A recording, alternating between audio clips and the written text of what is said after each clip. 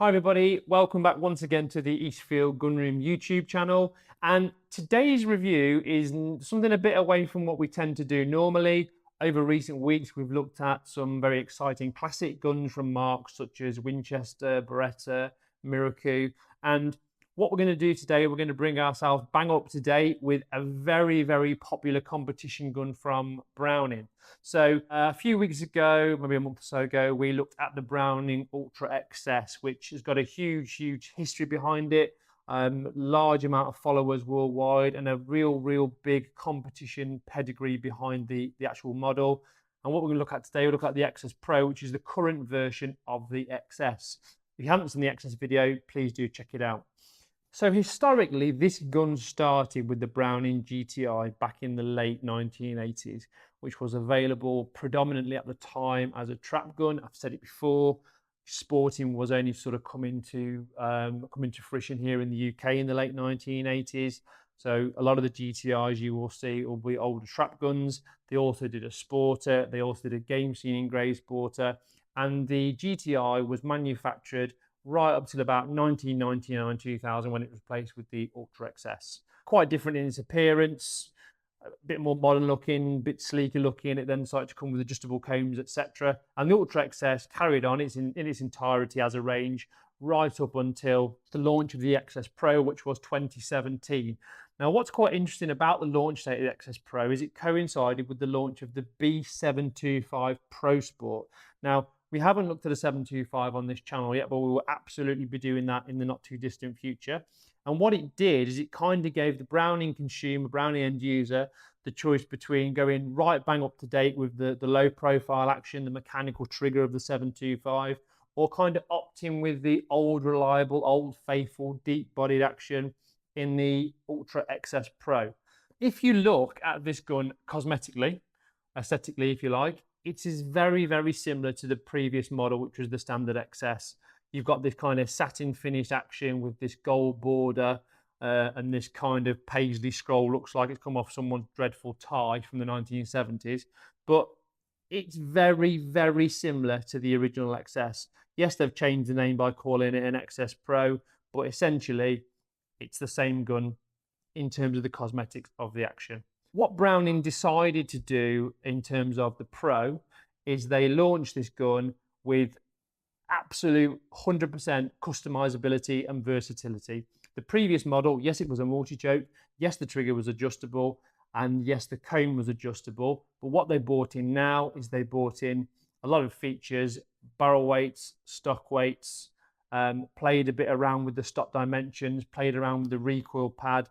And I've said this time and time again, what happens is when manufacturers of shotguns have got such a good product, it's very difficult to kind of revamp it or to make it better, to make it perform better, make it more successful. So ultimately, what manufacturers have done over the last few years is they've kind of put the balancing side and the fitting side in the hands of the end user, which, you know, because everybody's different, everybody has different requirements in terms of stock height, stock lengths, whether they want a stock heavy gun, a barrel heavy gun, then I think that overall it's been very successful. You know, Blaser do it, Beretta have done it, Browning have done it, Guerini have done it, Fabarm have done it.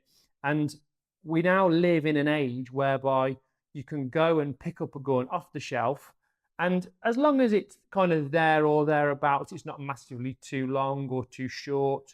Or I think the biggest issue for me with picking a gun off the shelf, if you're a particularly big guy, is that it's going to be quite small in the grip, which is something that's very difficult to change. But aside from that, you can change the length of pull, you can change the comb height, the drop, the balance, and what you've essentially ended up with is something that is a very versatile and a very user-friendly shotgun.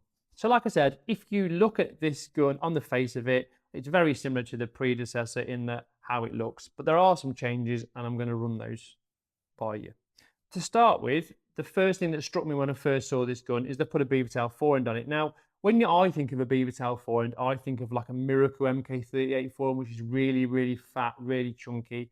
The Browning forends, the recent ones, and if you go back to Miracle forends in the 70s, like the 800, it was like a semi beaver tail. Now, a lot of people like this style of forehand. They like to have the groove to put the hands in. It feels a bit steadier. If you've got really big hands, a schnabel cannot be full enough in the hand. And I think that the reason a lot of manufacturers are now going for this as standard is because it's what we want here in the UK. Worldwide, I couldn't comment on it. I would imagine a lot of people still like to go for a schnabel forehand, but now for me, the norm on a competition here in the UK tends to be a beaver tail-esque kind of forehand.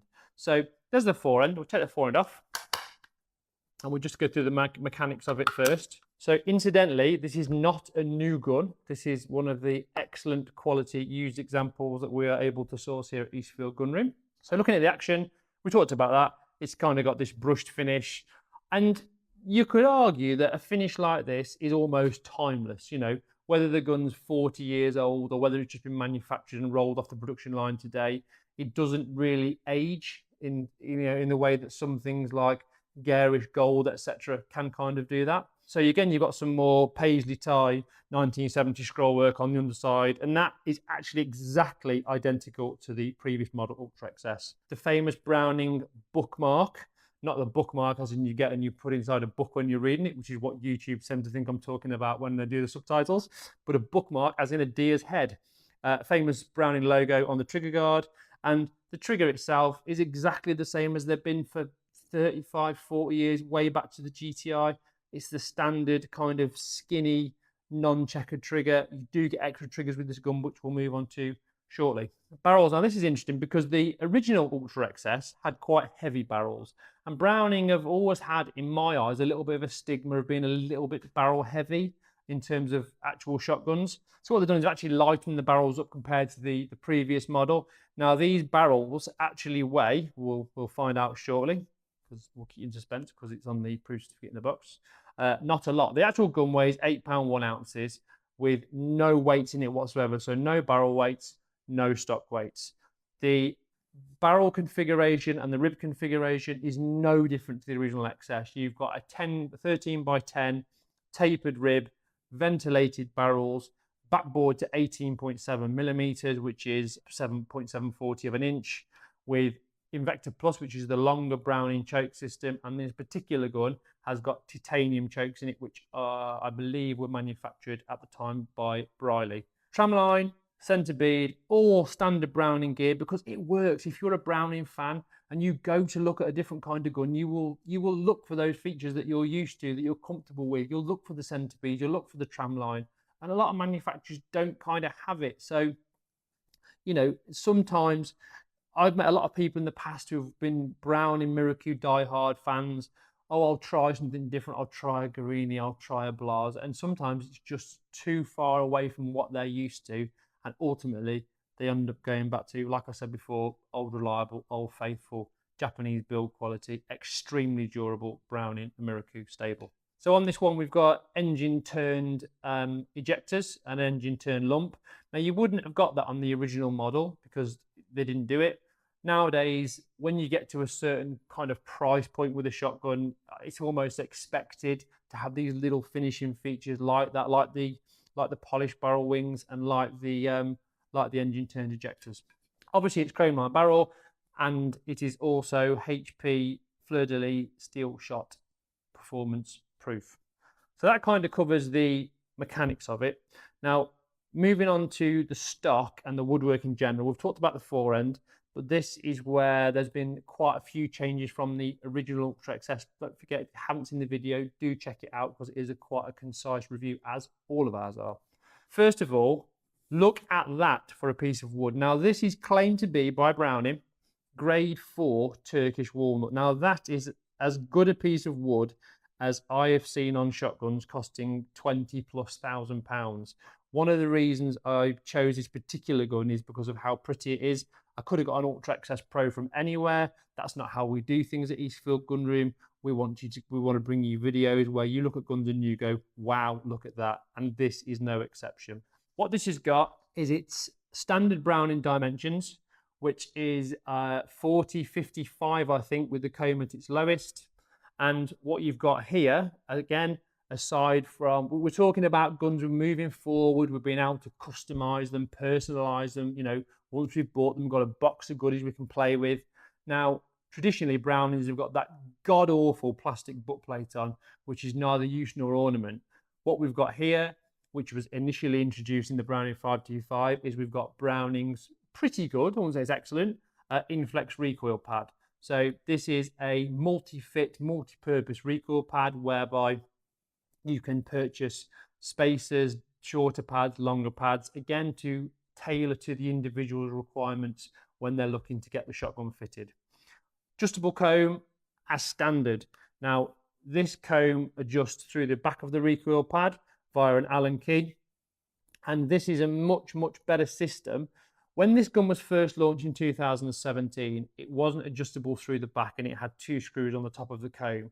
Now, the problem with that is it only enabled Browning to use very, very short posts, to the point whereby if you were a tall bloke with a long neck and you needed a high comb, you got to the point where the comb was adjusted, then it was almost falling off. So this is a much, much improved system. And if you're going to get hold of an XS, I would urge you to buy, I think, a 2019 onwards gun with the adjustable comb system through the back, because it's just better. Again, absolutely knockout woodwork. This is not grade 4. It's much, much higher than that. This is not the norm. Yes, they're nicely figured, but you will have to go a long way to find one as spectacular as this. No palm swell. I don't like it. I like to have a palm swell on a competition gun. I think a competition gun should have a palm swell. You look at a Beretta 694, palm swell, Browning 725, palm swell. Not quite sure why they've missed it out on this. I would have to speak to Browning on that. But the original XS did have a palm swell. So you will get people who have owned an XS, which came out in 2000, shot it to hell for 22 years. I'll treat myself. And just be aware that if you were to replace it with one of these XS Pros, they do feel a little bit different. And that's not for everybody. Talked about the forend. Now, just to finish with the woodwork, I want to talk about the checkering. Now, the original XS Pro had quite fine checkering, really classy looking, quality looking, prestige looking checkering. You might remember that alongside the standard Ultra XS, they actually did one called the Titanium Prestige, which is when they launched it with these titanium chokes, and it got this kind of little spinning ninja disc star on the side, which was a dreadful design, but they sold, they were popular, they looked funky at the time. No longer available, of course. Only available is the XS Pro. Now, in 2021, Browning decided to change the checkering style to this, I'm gonna say almost Lego-esque checkering. I don't like it. I think it ruins the gun. It's a really, really good shotgun. It looks the part, it feels good, but by putting this almost, I don't know, child's play checkering on it, which is bigger, chunkier, less lines per inch, I just don't like it. And actually, I think it makes a shotgun, I think it devalues the look of the shotgun. Again, my opinion, not necessarily fact, but that's how I feel. I would prefer to have the original XS Pro check-on, which is much finer. This gun weighs 8 pounds 1 ounces. I'm not going to bother with the balance test because, as someone quite rightly pointed out in a comment, if you put cartridges in, it does alter the balance. But I'm going to move on rather to the fact that we can customize the balance with this XS Pro, and I'm going to open the box of goodies. So the box of goodies in question is a deluxe Browning Opaline case made by Negrini. You've got this quite swanky tan colour leather trim all the way around it. Combination locks, which you need to have worked at NASA to understand how to set properly, but the instructions are in the box. And when we open it up, we've got this nice brown velour interior with the Browning. I mean, from a marketing point of view, from a presentation point of view, it's a really, really nice bit of kit. So we'll start off with the pads. Now, like I said, this gun comes with a variety of pads, variety of spacers.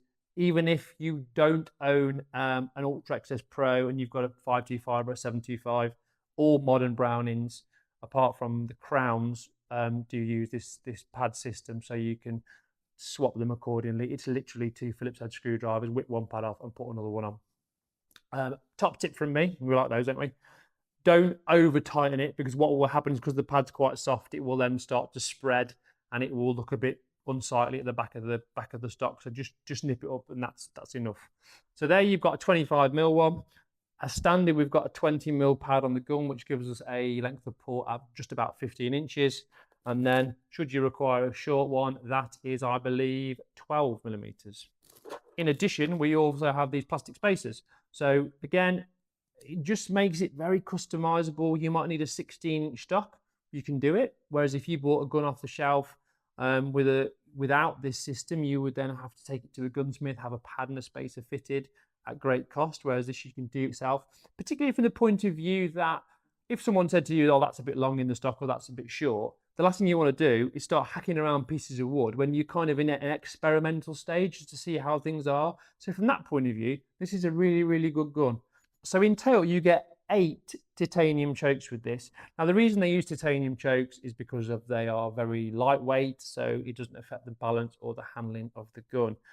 One thing I will say, and I've been baffled from day one when this gun was launched, you get 8 chokes in a sporting gun. One is full, one is extra full, one is light full. I mean, there's 3 chokes that the chances are most sporting shooters are never ever going to use. What Browning should have done, in my opinion, is added an extra half or an extra quarter. In addition, you don't get a skeet choke. Should you want to buy a skeet choke, you would have to buy a standard Briley choke, but it would be a different colour on the end. Aren't I a saddo that I know that? Okay, so titanium chokes, weigh nothing, look the part, got a nice knurled end. Use the standard Browning key to remove and insert them, which happens to be in this box. So there's your Browning standard T-bar key for Invector Plus chokes. Another top tip, God, they're all coming out today, aren't they? If you've got an older Browning, such as a 325 or a 425 that's got Invector chokes, the choke key will not fit because they have different size knobs on them. Okay, choke key. This is where the fun really starts. So we talked about the trigger, and now this gun in its current form has got the standard Browning Olympic kind of trigger on it. What you also get in addition is a slightly wider right-handed trigger, and you also get a checkered trigger, a bit like you would get a standard on MK38, only these are gold in colour as opposed to matte grey on the Miracle. One of the things that really trumps with this particular gun is with the barrel weights, you can put them throughout the length of the barrels. Now, prior to this, a lot of guns, I'm going to take the Blaser F3 in particular as an example, you were only able to put the barrel weights between the breech and underneath the forend. Well, that was fine if you wanted to put the weight in the middle of the gun, whereas a lot of people want it that end. So what you can do with these weights, you get 2 barrel weights here.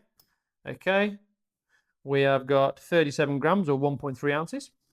So what you can do is you put them either side and they just sit on the barrels like that, and they're screwing from one side to the other. So that will give you 2.5 ounces of adjustability wherever you want to put it throughout the barrel length of the gun through the vents in the barrels. In addition, should you want extra weight, you can buy additional ones. Now, this gun is a 30-inch. The gun's also available in 32-inch in the XS Pro. My suggestion would be is if you have to use more weights than the couple that are supplied with the gun, you probably should have bought a longer barrel length to start with, which would give you a bit of extra weight in terms of being a 32-inch. Stock weights design, not the best design I've seen, to be honest with you, but it is what it is. So what you do with this is underneath the recoil pad in the stock, you've got the stock bolt hole, and you've also got an additional hole which that screws into. Okay, there's a little bookmark again. And you put whichever weights on you like, and then you tighten up this threaded nut to push the weights in, and that is how you add the weight to the butt of the shotgun. With this, you've got actually quite a lot of weight. You've got 1, 2, 3, 4, 5, 6, 20 grams. So 120 grams in total, which in my maths is about 4 ounces. So you've got 6.5 ounces you can add to this gun on top of the 8 pounds. So you can get it up to sort of nearly 8.5 pounds. And that is quite a good spectrum of choice, depending on whether you want a stock heavy shotgun, barrel heavy shotgun, or you want the weight in the middle, entirely up to you. The majority of people I know that own these, believe it or not, actually shoot them with no weights whatsoever. However, a case in point is, personally, I would get rid of the Inflex recoil pad in favour of a slightly heavier recoil pad, something like a Kickies.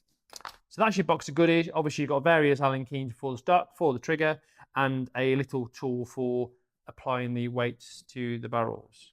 On top of that, we talked about the barrel weight earlier. Now, of course, with Brownings, they don't actually stamp the barrel weight onto the barrels. You have to either get them on your kitchen scales or look at this.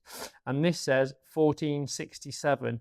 So 1467, 1.467 kilograms, about what you want from a 30-inch barrel, I would say.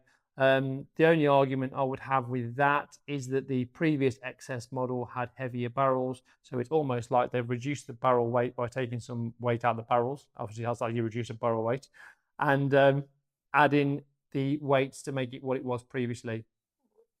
Is it a good idea? Who knows? Back to the box. Well, all the warranty bump, start bolt tool. Again, I've said it before. Periodically, especially when you've got a nice, almost irreplaceable piece of exhibition grade walnut like that, you should put your stop bolt up at the back end of it and tighten it up. You will not break it by over tightening it, only by letting it go loose and allowing it to crack. On top of that, these are the Browning VCI or VC1 gun socks. Now, these are kind of an impregnated sock. So what you can do when you're storing your XS Pro, obviously these are available for all guns because this is a universal piece of cloth. You can put your barrels and your stock in there and it just kind of protects it. You could, I think they're impregnated. You can also spray it with bleach or whatever clean you want to use, and that will just inhibit any rust from getting on the Browning, okay, or whatever gun you want to use. So you get one for stock, one for the barrels, and also you get the obligatory, no one ever uses it, trigger lock, which is standard Browning tackle with the worldwide. And that is kind of the XS Pro. It is a modern masterpiece. It is an extremely popular gun here in the UK. Yes, there's a few changes from the original XS, but fundamentally it works so well. Sam Green, very successful UK English sporting shooter, actually won a major competition with the British Sporting Open this year with an XS. So it's not about having a gun that costs £15,000-20,000. These achievements are perfectly achievable, if you like, with a much more moderately priced gun, if you like. These have a following. They are extremely popular. They've got a huge history in terms of the GTI, and long may it continue. I'm a fan of it. Yes, there's a few bits I've pointed out that I don't like, but again, as with all these videos, this is my opinion. It's not based on any kind of fact. It's just what I believe. That has been the Browning Ultra XS Pro. If you've got any questions about this particular gun or any gun, please feel free to comment below. Drop me an email direct. Don't forget to check out the website. Get in touch whichever way you can. And please don't forget to like and subscribe to the channel. That's everything from me for today. And I look forward to seeing you again here on the Eastfield Gunroom YouTube channel. Thanks for watching.